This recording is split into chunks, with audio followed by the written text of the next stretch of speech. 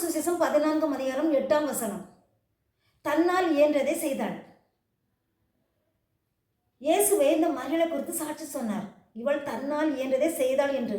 இந்த மரியாள் அப்படி என்னதான் செய்தாள் என்று பார்த்தால், பெத்தானியில் இருக்கிற சீமோன் வீட்டிலே இயேசுவும் சீசர்களும் போஜனம் செய்ய இருக்கும்போது விலையேறப்பட்ட பரிமள தைலத்தை கொண்டு வந்து உடைத்து இயேசுவின் சிரசின் மேல் ஊற்றினாள்.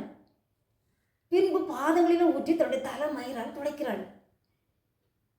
இதை பார்த்தவர்கள், அங்கிருந்தவர்கள் எல்லாரும் இவள் செய்வதை பார்த்து முறுமுறுத்தார்கள்.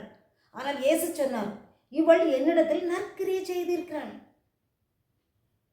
நான் அடக்கம் பண்ணப்படுவதற்கு எத்தனமாக என்னுடைய சரீரத்திலே தைலம் பூச முந்தி கொண்டாள். பிரியமானவர்களே, இச்சிறியவர்களுக்கு, அதாவது தரித்திரர்களுக்கு செய்வது எனக்கே செய்தீர்கள் என்று இயேசு சொன்னார். இந்த மரியாள் செய்தது போல நாமும் ஏதோ ஒன்று உங்களால் இயன்ற அளவுக்கு நற்கிரிகளை செய்யுங்கள். அதற்கு உண்டான பலன் நிச்சயமாக உண்டு.